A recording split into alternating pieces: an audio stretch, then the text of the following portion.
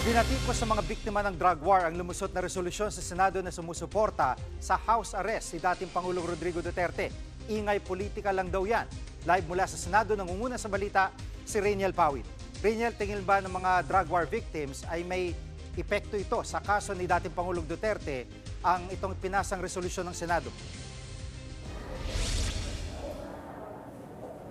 Jiggy, ayon nga kay ICC Assistant to Counsel Cristina Conti ay walang timbang itong pinasang o inadapt na resolusyon ng Senado na sumusuporta naman doon sa house arrest nga ni dating Pangulong Rodrigo Duterte. Giit niya yung Senado bilang isang institusyon ay hindi bahagi ng proseso ng ICC. Wala rin daw malinaw na impormasyon kung paano mapaparating nga itong resolusyon doon sa The Hague. Kinakailangan kasi ay may direktang impormasyon itong Senado doon sa kasalukuyang sitwasyon ni Duterte at kung paano nga tama yung proseso ng pagpapadala nila ng impormasyon. Kung wala naman daw ay mananatiling ang ingay politika lang itong aksyon na ito ng Senado. At self-serving din daw ito dahil nga yung isa doon sa mga pumirma doon sa resolusyon ay posibleng kapwa akusado pa ni Duterte. Isa nga doon sa mga senador na pumabor ay si Senator Ronald Bato de la Rosa na dating PNP chief noong administrasyong Duterte. Ngayon ay pinag-iingat-ingat din nila at pinatitimbang itong ganito ngang mga aksyon dahil baka mag-backfire o makasama pa ito lalo na kung mapatunayan na ito ay nagagamit sa politika o yung sitwasyon na ito ay nagagamit nga sa politika. Pagpapakita rin daw ito na matibay pa o malakas pa yung impluwensya ng mga Duterte kaya naman tiyak na yung mga yung mga EJK victim families ay tututol dito maging na rin yung prosecution na makauwi nga sa Pilipinas itong dating Pangulo. Jiggy. At Rainiel, ano dahilan ng mga senador kaya gusto nilang i-house arrest si dating Pangulong Duterte?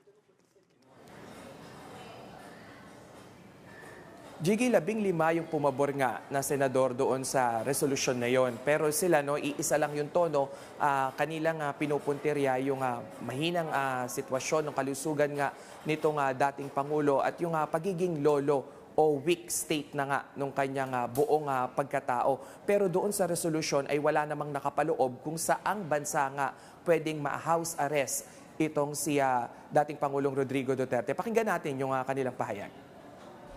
Ako'y nakikiusap na sana isang tabi muna natin ang politika.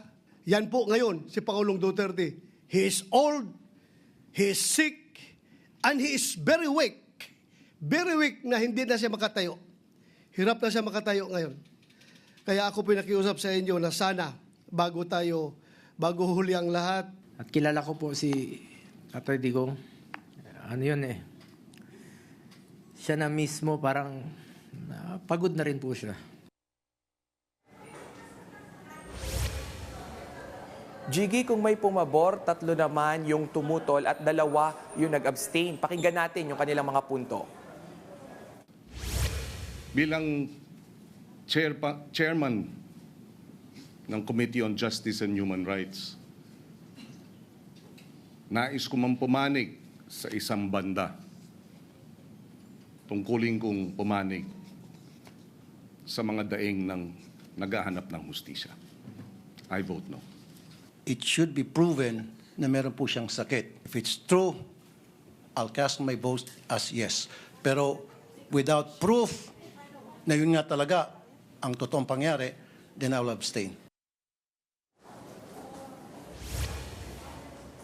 Jiggy, si Senator Mig Zubiri naman kagabi, kahit nga wala itong si Senator Chis Escudero, kinumpirma niya na kung pumasok nga ito doon sa sesyon ay yes din o pabor din yung boto nito. At yan muna ang latest mula dito sa Senado. Balik sa iyo, Jiggy. Yan ang ulat ni Rainiel Pawid live mula sa Senado.